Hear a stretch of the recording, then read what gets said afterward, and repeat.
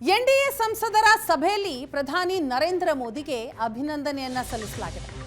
ಭಾರತ ಅಮೆರಿಕದ ಮಧ್ಯೆ ಒಪ್ಪಂದ ಅಂತಿಮವಾಗಿರೋದಿದೆ. ಮೋದಿಗೆ ಅಭಿನಂದನೆ. ಸಂಸದೀಯ ಸಭೆಗೆ ಪ್ರಧಾನಿ ನರೇಂದ್ರ ಮೋದಿ ಅವರು ಆಗಮಿಸ್ತಾ ಇದ್ದಾಗೆ ನಾಯಕರೆಲ್ಲರೂ ಕೂಡ ಚಪ್ಪಾಳೆ ತಟ್ಟಿ ಪ್ರಧಾನಿಯವರನ್ನ ಅಭಿನಂದಿಸಿದರು. ಭಾರತ ಅಮೆರಿಕದ ಮಧ್ಯೆ ಆದಂತಹ ವ್ಯಾಪಾರ ಒಪ್ಪಂದ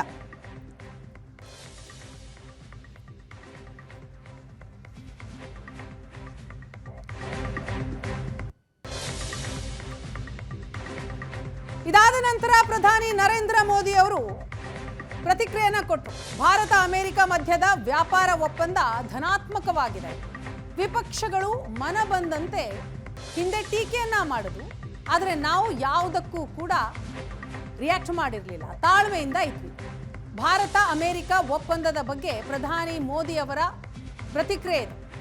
ತಾಳ್ಮೆಯಿಂದ ಇದ್ದಿದ್ದಕ್ಕೆ ಈಗ ಭಾರತದ ಪರವಾದ ಒಪ್ಪಂದ ಆಗಿದೆ. ತಾಳ್ಮೆಯಿಂದ ಇದ್ರೆ ನಮಗೆ ಪ್ರತಿಫಲ ಸಿಕ್ಕೇ ಸಿಗತ್ತೆ ಅಂತ ಹೇಳಿದ್ರು.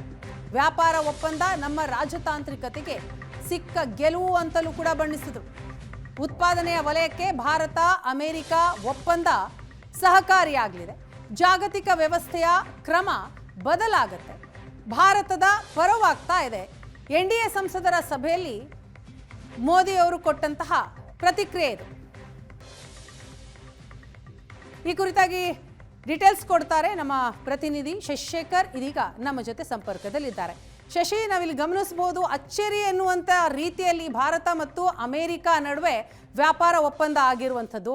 ಸೊ ಭಾರತ ಮತ್ತು ಐರೋಪ್ಯ ಒಕ್ಕೂಟಗಳ ನಡುವೆ ಆದಂತಹ ಮದರ್ ಆಫ್ ಆಲ್ ಡೀಲ್, ಅದರ ಎಫೆಕ್ಟ್ ಅಂತ ಬಣ್ಣಿಸಬಹುದು ಇದನ್ನ. ಖಂಡಿತ. ಇದು ಡೊನಾಲ್ಡ್ ಟ್ರಂಪ್ ಎರಡನೇ ಬಾರಿ ಅಧ್ಯಕ್ಷರಾದ ನಂತರ ಹಲವು ದೇಶಗಳ ವಿರುದ್ಧ ತೆರಿಗೆಯನ್ನ ಹೆಚ್ಚಳ ಮಾಡುವಂತಹ ಪ್ರಯತ್ನ ಮಾಡಿದ್ರು.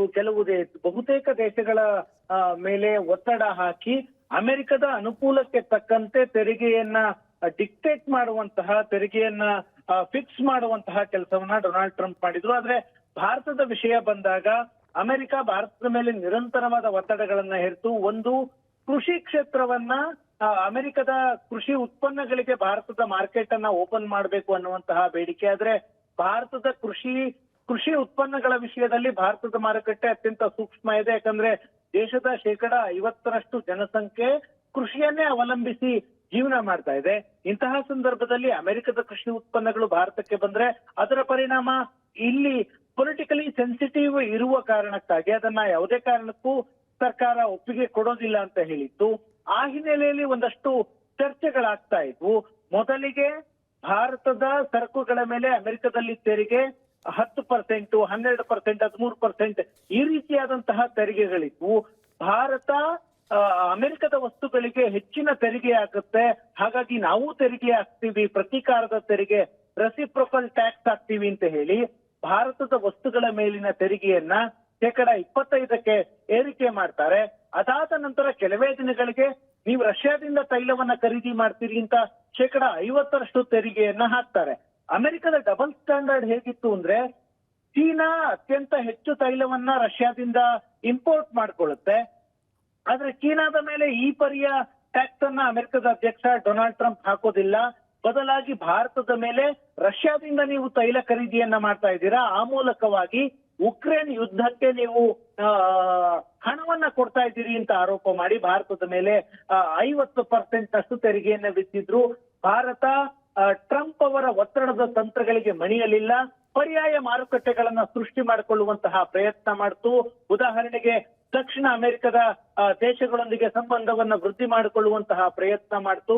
ಜೊತೆಗೆ ಯುರೋಪಿಯನ್ ಒಕ್ಕೂಟ 27 ದೇಶಗಳಿರುವಂತಹ ಒಂದು ದೊಡ್ಡ ಒಕ್ಕೂಟದ ಜೊತೆಗೆ ಇತ್ತೀಚೆಗಷ್ಟೇ ಟ್ರೇಡ್ ಡೀಲ್ ಆಯ್ತು. ಜೊತೆಗೆ ಬ್ರಿಟನ್ ಜೊತೆಗೆ ಮುಕ್ತ ವ್ಯಾಪಾರ ಒಪ್ಪಂದ ಆಯ್ತು.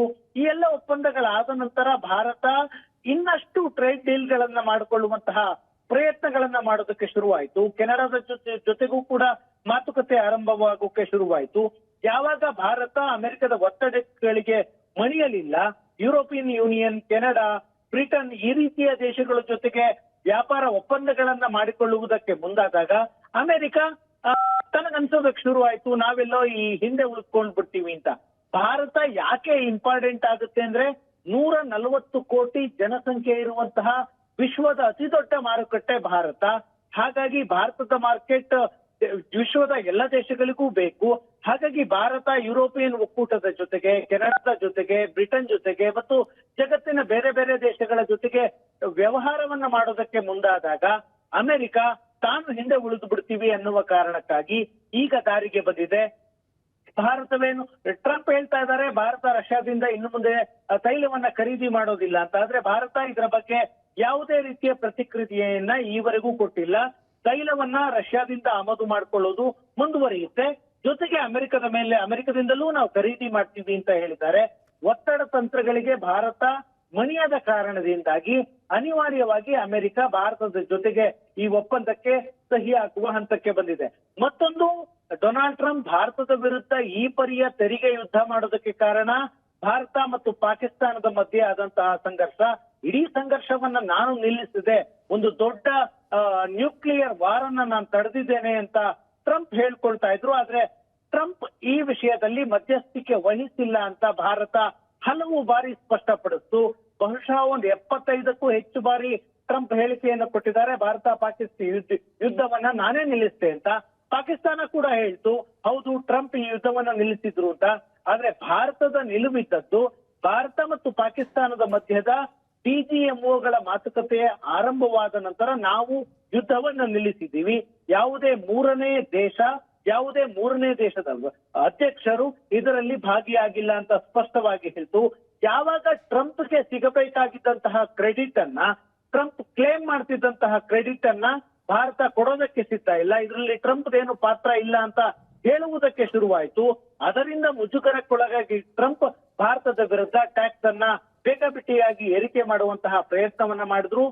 ಜಗತ್ತಿನಲ್ಲಿ ಅಮೆರಿಕಕ್ಕೆ ವಿರುದ್ಧವಾದ ಇರುವಂತಹ ದೇಶ ಯಾವುದು ಅಂತ ನೋಡಿದ್ರೆ ಚೀನಾ. ಆದ್ರೆ ಚೀನಾಗೆ ಟ್ಯಾಕ್ಸ್ ಕಡಿಮೆ ಮಾಡಿ ಭಾರತಕ್ಕೆ ಟ್ಯಾಕ್ಸ್ ಜಾಸ್ತಿ ಮಾಡಿದ್ರು. ಭಾರತದ ಸುತ್ತಮುತ್ತ ಇದ್ದಂತಹ ಬಾಂಗ್ಲಾದೇಶ, ಪಾಕಿಸ್ತಾನ, ಶ್ರೀಲಂಕಾ, ಈ ರೀತಿಯ ದೇಶಗಳಿಗೆ, ವಿಯೆಟ್ನಾಂ, ಈ ರೀತಿಯ ದೇಶಗಳಿಗೆ ತೆರಿಗೆಯನ್ನ ಇಳಿಸಿ ಭಾರತದ ತೆರಿಗೆಯನ್ನ 50% ಏರಿಕೆ ಮಾಡಲಾಗಿತ್ತು. ಕಳೆದ 55 ತಿಂಗಳುಗಳಿಂದ ಈ ಪ್ರಕ್ರಿಯೆ ಇದ್ರೂ ಕೂಡ ಭಾರತದಿಂದ ಅಮೆರಿಕಕ್ಕೆ ರಫ್ತಾಗುವಂತಹ ವಸ್ತುಗಳ ಪ್ರಮಾಣ ಕೊಂಚ ಪ್ರಮಾಣವಷ್ಟೇ ಇಳಿಕೆ ಆಯಿತು. ಆದ್ರೆ ಅಮೆರಿಕದಲ್ಲಿ ಇನ್ಫ್ಲೇಷನ್ ಅಂದ್ರೆ ಹಣದುಬ್ಬರ ಜಾಸ್ತಿ ಆಗೋದಕ್ಕೆ ಶುರುವಾಯಿತು. ಭಾರತ ಅತ್ಯಂತ ದೊಡ್ಡ ಮಾರುಕಟ್ಟೆ, ರಫ್ತುಗೂ ದೊಡ್ಡ ಮಾರುಕಟ್ಟೆ, ಆಮದು ಮಾಡಿಕೊಳ್ಳುವುದಕ್ಕೂ ದೊಡ್ಡ ಮಾರುಕಟ್ಟೆ. ಅಮೆರಿಕಕ್ಕೂ ಭಾರತದ ಮಾರುಕಟ್ಟೆ ಬೇಕು, ಅಮೆರಿಕದ ಮಾರುಕಟ್ಟೆಗೂ ಭಾರತದ ವಸ್ತುಗಳು ಬೇಕು. ಹಾಗಾಗಿ ಡೊನಾಲ್ಡ್ ಟ್ರಂಪ್ ಒತ್ತಡದ ತಂತ್ರ ವರ್ಕ್ ಆಗದ ಹಿನ್ನೆಲೆಯಲ್ಲಿ ಅನಿವಾರ್ಯವಾಗಿ ಭಾರತದ ಜೊತೆಗೆ ಈ ಒಂದು ಒಪ್ಪಂದಕ್ಕೆ ಸಹಿ ಹಾಕಿದ್ದಾರೆ. Veena, thank you Shashishekhar.